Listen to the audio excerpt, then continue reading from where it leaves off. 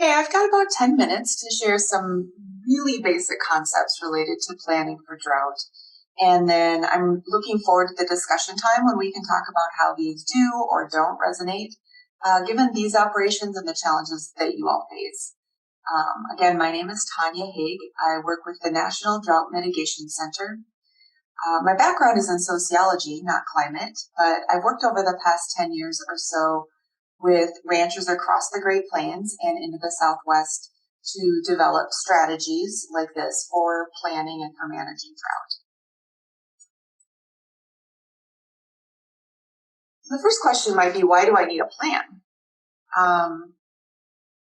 Some would say that really we should be concentrating on building more resilient operations, and I completely agree. Drought happens to the most resilient ranch operation. And a drought response plan really should complement and be thought of as part of resilience building. I think you all received the fact sheets on two ranch operations, one in southeast Colorado and one in central South Dakota, who recently shared their information about their drought plans with us. And both of them really would say that they work on building their operations resilience first.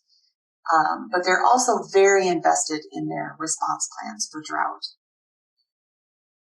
Because even the most resilient ranch operation may require taking response action if the drought that they encounter is severe enough or lasts long enough.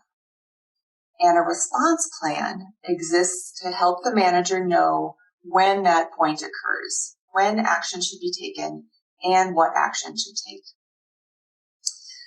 And one thing that I'd like to talk about, one thing that a response plan really seems to help with is addressing many of the types of uncertainty that a manager deals with during drought.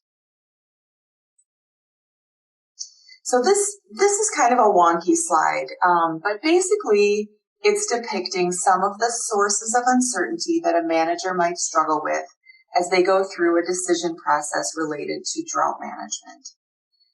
The blue boxes along the bottom show kind of a typical cognitive process that a person goes through in decision making, where we start with noticing that something is happening, recognizing it as potentially a problem, deciding whether or not the risk, in this case drought, represents enough of a problem to really be a risk to the operation. And if it is a risk, thinking about identifying and ultimately choosing an appropriate response, and then figuring out how to get it done. So there are a number of stages that we go through in decision making related to something like drought. And as the manager is trying to figure this all out, there's all these sources of uncertainty that they're also dealing with. They might be uncertain about whether the drought is actually here, whether it's here to stay, how quickly the drought might become a problem, what the impacts to the operation might be, whether they might get help externally from something like disaster aid, how markets might respond now in the future and how to deal with that, how feasible the options that they have available really are for their operation, and how they should go about getting it done.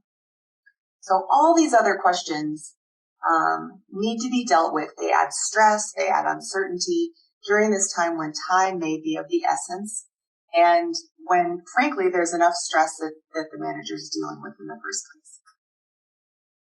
So how does a plan help? Well, a response plan is really a way to think through, before drought occurs, two key questions. First, for my operation, when do I really need to respond to drought? At what time of year is it important that I be paying attention to drought? At what severity of drought do I really see a risk to my operation?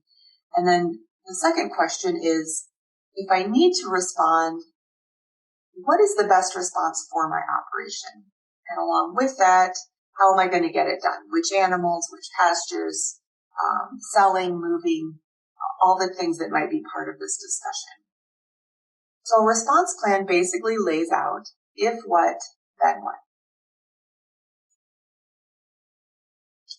Here's an example plan from South Central Kansas.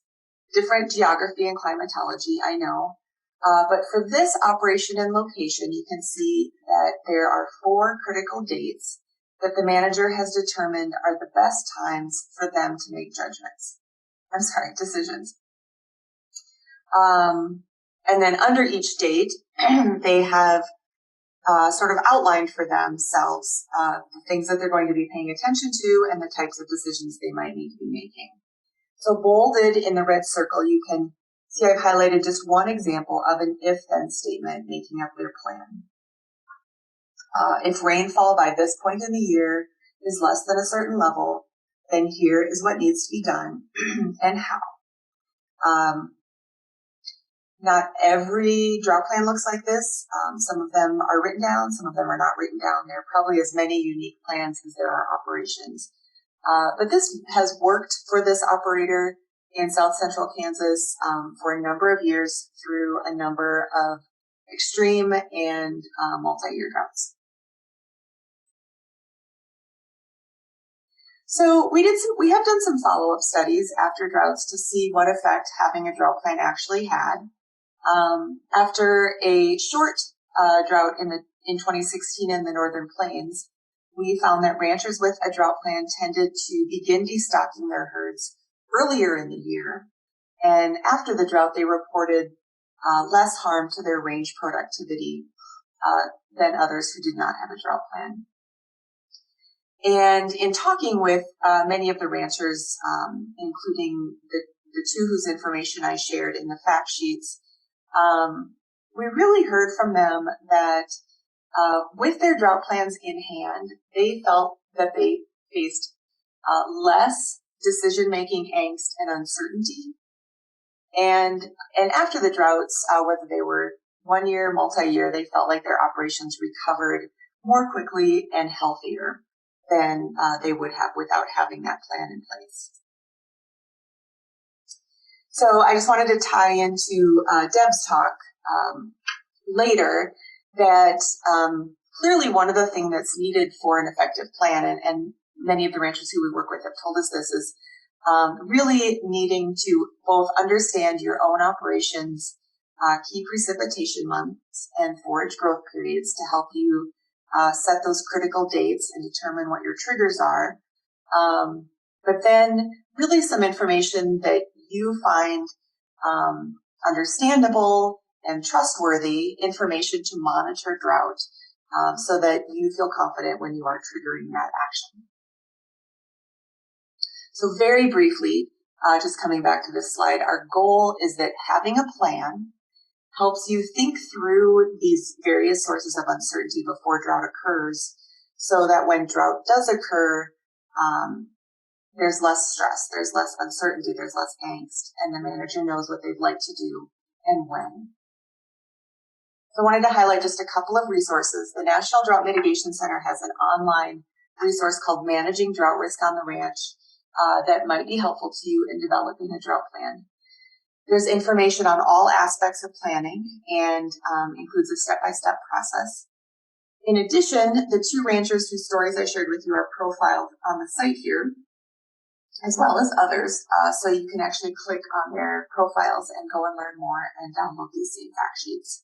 So the web address is drought.unl.edu/ranch plan. And then in addition, the University of Arizona has done some really great work making drought planning more relevant to those who are grazing on public lands, where honestly building relationships and having permits are even a bigger part of the process.